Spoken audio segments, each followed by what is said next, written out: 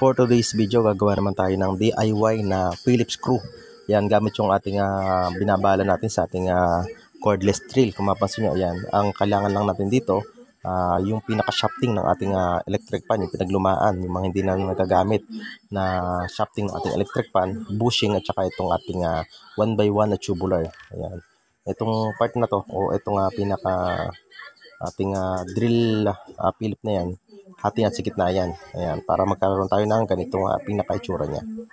Ayan, papasin, napakaganda ng kanyang itsura. Ayan. Napaka-useful niyan at napakatibay niyan. Gawa nga ng gawa pa yan sa bakal. Ayan. Pagka nasira yung tip niyan, pwede natin siya palitan ng palitan lang. Ayan. Dahil sa isang bit na yan, makagawa tayo ng 2 piraso. Ayan. Tsaka natin dito sa part ng pinakataas, gagamit tayo ng end cap na plastic. Ayan, para hindi masakit sa kamay kapag ginagamit natin to o dinidiin na natin yung ating Phillips screw. Ayan. Dahil madalas din tayo mawala ng Phillips screw dito sa bahay, kaya naisipan ko na mag-DIY na nga lang tayo para hindi talaga to mawala. Mawala man to, makikilala natin just in case na makita natin kung sino ang gumagamit. Ayan. At napakaganda nga niyan tingnan. Ayan, atibay niyan.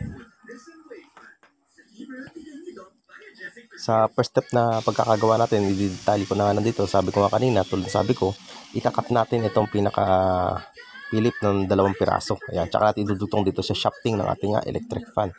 Ayan, umamit ako ng pipililihan dyan para pumatay. Patag yung pinaka pagkakalagay natin. Ayan, papasin nyo, ayan, pantay siya. Ayan, dapat pantay yan. Kaya natin siya ipo-full weld. Kapag napantay natin, full weld na natin siya. Ayan, kailangan medyo matibay yung pagkaka-full weld natin para hindi siya matanggal po sa pinihit natin sa matitigas na screw. Ayan, gamit itong pinaka bushing ng ating electric pan. Ang ginamit ko dito yung may neck. Ayan, yung may neck na yun, yung susuot natin sa pinakadulo. Ayan, siya yung maunang sumuot. Ayan, ganyan lang kaiksi, okay na sa akin yan. Para sa akin, matibay naman yan dahil i-welding naman natin yan. Ayan, welding natin dun sa pinakaloob lang na side. Ayan, para hindi magkaroon ng welding dito sa pinaka-part. Papasin nyo nga, ayun nagliliyab siya. Gawa nga ng may langis pa kasi yan, kaya siya nagliyab. Itong pinaka-tubular naman na to, susulatan natin siya ng paikot. Ayan. Lagyan ko siya ng marking para sa ating cutting. Ayan, kung papasin nyo, medyo pa 45, medyo pa 45 yung pagkakat natin dyan. Ayan, patalabis siya yung ating guhit. Ayan ang magiging itsura ng guhit. Ayan. Ayan, lahat yan paikot. Nilagyan ko siya ng guhit. Tsaka natin siya ikakat. Ayan, papasin nyo, ito na yung ating kinat. Ayan. Tanggalin lang natin itong mga portion na hindi natin kailangan. Ayan. Ayan, medyo itabi nyo yung ating pinagtabasa niya. Napakadelikado niya, lalo sa mga bata. Baka mapakan. Ito na yung ating itsura. Pagka nakat na natin yung ating handle o yung ating 1x1 na tubular. Ayan, ganyan itsura niya. Tsaka natin pitpitin para magdikit yung kanyang mga gilid. Ayan, pag nagdikit yung mga gilid niya, magkakaroon tayo ng ganyang itsura.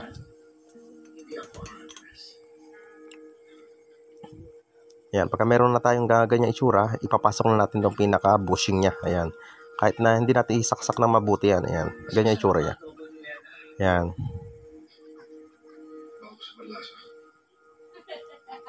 Kung papasin nyo, ganyan na itsura niya. Tsaka natin siya i-welding. Ayan. Kailangan make sure lang na diretso yan para hindi tayo mahirapan pagka na-full weld natin. Bago natin siya full weld, ibig ko sabihin, bago natin siya full weld, kailangan diretso yung ating stick mula sa handle hanggang sa dulo. Ayan. Ispatan natin siya. Kailangan medyo maganda yung pagkaka-ispat para hindi na talaga siya kumalas. Pati itong portion ng mga gilid na yan, ispatan na rin natin yan para talaga namang maganda yung ating outcome ng ating trabaho.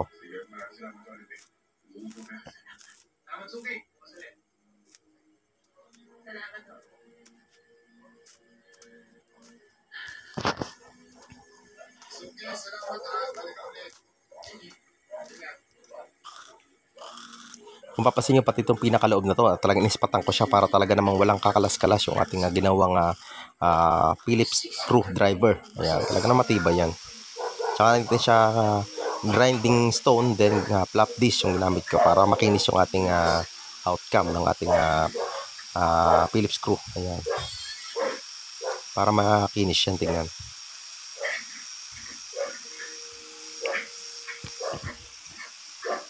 Hirap naman matulog sa bahay.